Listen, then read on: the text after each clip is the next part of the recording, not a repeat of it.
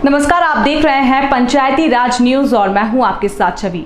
बालाघाट जिले की विधानसभा लांजी किन्नापुर में बहुजन राज अधिकार यात्रा का आयोजन आशीर्वाद भवन लांजी में आयोजित किया गया, जिसमें प्रमुख रूप से बसपा प्रदेश अध्यक्ष इंजीनियर रमाकांत पिप्पल, प्रदेश प्रभारी सेठ बालाकिशन चौधरी, उमाकांत वंदेवार, जोन प्रभारी रीवा जोन दीपक मिश्रा, जिला प्रभारी बालाघाट बसपा नेता उदय सिंह पंचेश्वर, बालाघाट दुर्गेश बिसेन बसपा नेता परसवाड़ा डॉक्टर देवाजी राम टेके, अध्यक्ष विधानसभा क्षेत्र लांजी ईश्वर मानकर, उपाध्यक्ष बसपा लांजी महेश मात्रे, कोषाध्यक्ष बसपा लांजी की मौजूदगी में कार्यक्रम संपन्न किया गया। इस अवसर पर बहुजन राज अधिकार यात्रा में प्रदेश प्रभारी सहित अन्य वक्ताओं ने पार्टी की विचारधारा से अवगत करवाया और भाजपा कांग्रेस पर निशाना साधा और प्रदेश के आगामी सत्र में बसपा के बगैर सरकार नहीं बनेगी। इस कार्यक्रम में दर्जन भर लोगों ने बसपा पार्टी में शामिल हुए, जहां प्रदेश अध्यक्ष पिप्पल ने फूल माला पहनाकर स्वागत किया। बसपा पूरे मध्य प्रदेश में 230 सीट लड़ेगी, जहां बहुजन राज अधिकार यात्रा पूरे मध्य प्रदेश में विधानसभा वार चलाया जा रहा है। महात्मा ज्योतिराव फुले जी के चरणों में नमन करते हुए, छत्रपति साहू जी महाराज जी के चरणों में नमन करते हुए, बिरसा मुंडा जी के चरणों में नमन करते हुए,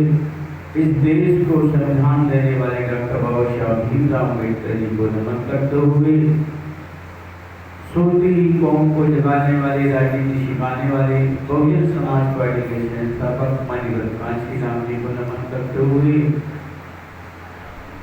इस देश में सबसे बड़े राज्य उत्तर प्रदेश में 4 बार मुख्यमंत्री बनी, राज्यसभा सांसद बनी, बहुजन समाज पार्टी की राष्ट्रीय अध्यक्ष बहन कुमारी मायावती जी की दीर्घायु की कामना करते हुए, हमारे इस प्रदेश में, पूरे प्रदेश में दौरा लगा रहे हमारे प्रदेश के अध्यक्ष बहुजन अधिकार यात्रा के नेतृत्वकर्ता सम्मानीय इंजीनियर रमाकांत पिप्पल साहब जी को जय भीम कहते हुए, हमारे जोन के रीवा जोन के जोन इंचार्ज सम्मानीय श्री उमाकांत वंदेवार जी, हमारे जिला के प्रभारी दीपक मिश्रा जी, हमारे इस कार्यक्रम में उपस्थित हमारे जिला के उपाध्यक्ष सम्मानीय उदय सिंह पंचेश्वर जी, हमारे हत्या हो रही है। 13 साल की बच्ची भिंड की सीता बघेल, उसके हत्यारे को अभी तक ट्रेस भी नहीं हुआ। और परसों के दिन शिवपुरी के मुहावली करेरा विधानसभा के मुहावली गाँव में 12 साल की बच्ची के साथ बलात्कार हुआ, उसकी हत्या हो गई। बहुजन समाज पार्टी तुरंत सकती है, न्याय की बात कर सकती है संवैधानिक, और अपने पास है क्या, क्योंकि सरकारें बीजेपी और कांग्रेस की बनती आ रही हैं और ये सरकारें ने ऐसा कोई ठोस कानून नहीं बनाया कि कम से कम कोई आदमी ऐसे जिन्होंने अपराध करने से पहले 10 बार सोचे तो भाई इसकी सज़ा और अंजाम बहुत ख़राब होगा और हमें ये काम नहीं करना चाहिए। तो ऐसा कोई नहीं करता। इस प्रदेश में बेरोजगारी बहुत बड़े पैमाने पर बड़ा मुद्दा हो गया। करीब 1 करोड़ 30 लाख, पेपरों के माध्यम से भी आपको जानकारी होगी, 1 करोड़ 30 लाख तक बेरोजगार इस प्रदेश में हो गया। जबकि भारतीय जनता पार्टी की सरकार ने 2003 में वादा किया था कि हम हर साल 2 लाख लोगों को नौकरी देंगे, और कांग्रेस पार्टी ने तो पहले से ही इस प्रदेश को लूटा है। और 1993 से लेकर 2003 तक श्री दिग्विजय सिंह जी मुख्यमंत्री थे, तो उन्होंने भी प्रदेश में ट्रांसफ़र, पोस्टिंग, जो भी नीति थी उसमें सब भ्रष्टाचार किया, प्रदेश को कहीं ना कहीं खोखला करने का काम किया, प्रदेश में राज्य परिवहन विभाग को खत्म करने का काम किया, और प्रदेश में जो उन्होंने उस टाइम पे गरीबों को सिंपैथी के लिए, चुनाव जीतने के लिए पट्टे बांटे, उन पट्टों का आज तक उनको कब्जा नहीं मिला है, उनको वो ज़मीन ही मिली है। आप भाई लूटते हैं कि हमने गरीबों को पट्टे देने का काम किया है। ऐसा मैं कई विधानसभाओं में सैकड़ों गाँव में गया जो मेरे को अपनी पट्टे की किताबें दिखा रहे हैं, बोले जी कब्जा हमें अभी तक नहीं मिला, 20 साल से वो लड़ाई लड़ रहे हैं। तो ऐसी कांग्रेस की सोच है और ऐसी कांग्रेस स्कीम बनाती है जो हमारे गरीब लोग उसके लिए फिर परेशान होते हैं। जी ठीक इसी प्रकार जैसे कि आपने तमाम बातें कही, किस प्रकार भाजपा की सरकार हो या फिर कांग्रेस की सरकार हो, तमाम मध्य प्रदेश की जनता को लूटने का काम किया है। बहुजन समाज पार्टी का जो रणनीति हम देख रहे हैं, बहुजन राज अधिकार यात्रा जो चल रही है, पिछला जो ग्राफ बहुजन समाज पार्टी का देखने को मिलता है, क्या लगता है कि इन 230 सीटें जो विधानसभा की है, इन तमाम सीटों पे क्या बहुजन समाज पार्टी लड़ेगी? जो विधायक जिन तमाम सीटों पर लड़े उनको फिर से एक बार बहुजन समाज पार्टी टिकट देगी? देखिए, जो बहुजन समाज पार्टी के साथ पिछले लगातार कार्यकर्ता उनके बहुजन समाज पार्टी के काम को और बोलने को संगठन को माननीय बहन कुमारी पूरा कर रहे हैं, उनको पार्टी द्वारा से देगी। और कुछ साथी हमारे बीच से जुड़े हैं, नए सदस्य बने हैं, तो वो भी तैयारी कर रहे हैं। तो पार्टी पूरी दमदारी से आदरणीय बहन कुमारी मायावती जी के नेतृत्व में पूरे प्रदेश में 230 विधानसभा पर सीटों पर चुनाव होगा। जी,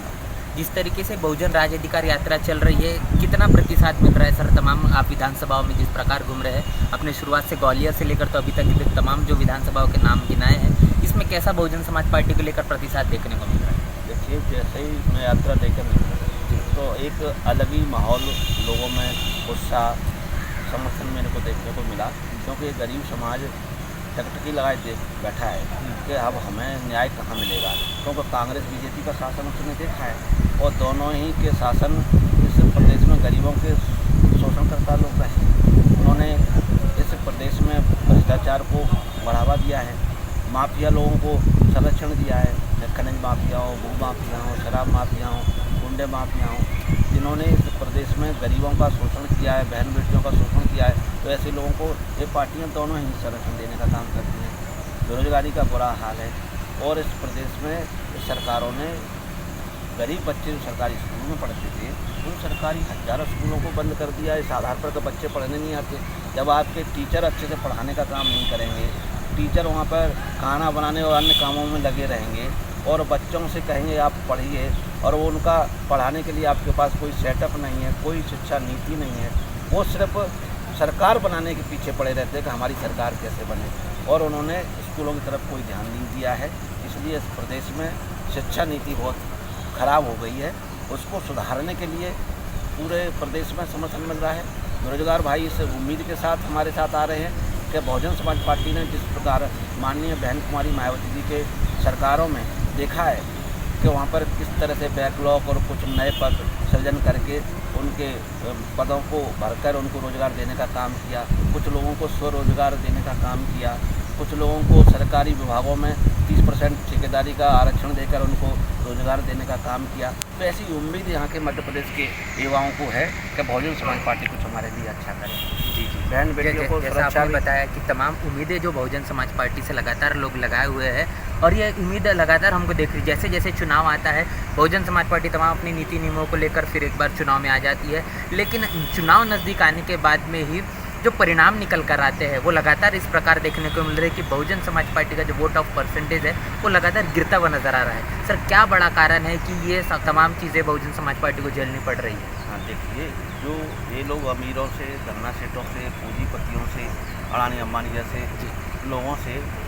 लाखों करोड़ रुपए चंदा लेते हैं, उस चंदे का दुरुपयोग ये चुनाव में करते हैं और सरकारी मशीनरी का दुरुपयोग भी करते हैं। उसमें ये गरीब समाज की कुछ कमजोरियों का फ़ायदा उठाकर वहाँ पे दारू बंटवाना, पैसा भिजवाना, कपड़े भिजवाना, ये सारी चीज़ें ये लोग करते थे। तो इससे कहीं ना कहीं ये गरीब परिवार के लोग कहीं ना कहीं गुमराह हो जाते थे। तो इसीलिए भी ये बहुजन राज अधिकार यात्रा निकाली गई है कि आप इनके इस बहकावे में ना आएँ, इससे आपका क्या नुकसान होगा ये उनको बताने का काम किया गया है। साथ ही जो लाडली बहना योजना है, नारी सम्मान योजना है, 1000 की 1500 की स्कीम निकाल दी है, 500 रुपये का सिलेंडर की स्कीम निकाल दी है, जबकि इनका इस चीज़ से कोई लेना देना नहीं है कि इससे इनका कितना भला हो सकता है।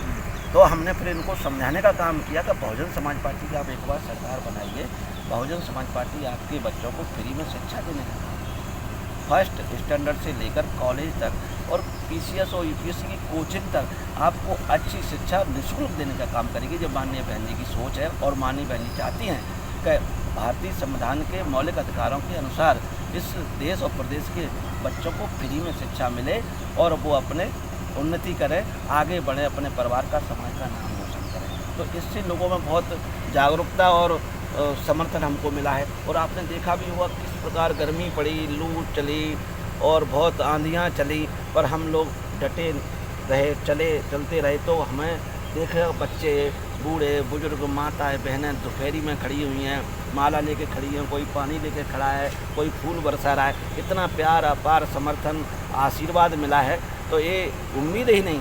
पूर्ण विश्वास के साथ मैं कह सकता हूँ, भले ही जो गोदी मीडिया है, जिन साथियों ने कहीं हमें कवरेज किया है, कहीं नहीं किया है, पर हमारे बहुजन साथियों ने हमें कवरेज किया है, उनको हम बहुत बहुत धन्यवाद देते हैं। और साथ ही कुछ जगह अच्छे भी लोग हैं, किस ज़िले में वो आ गए तो उन्होंने कुछ चीज़ें हमारी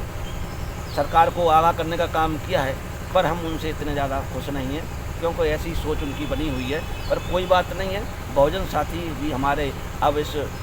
पत्रकार वार्ता में और इस क्षेत्र में आ गए हैं, तो उनसे हमें पूर्ण भरोसा और विश्वास है कि सभी साथी लोग मिलकर इस बार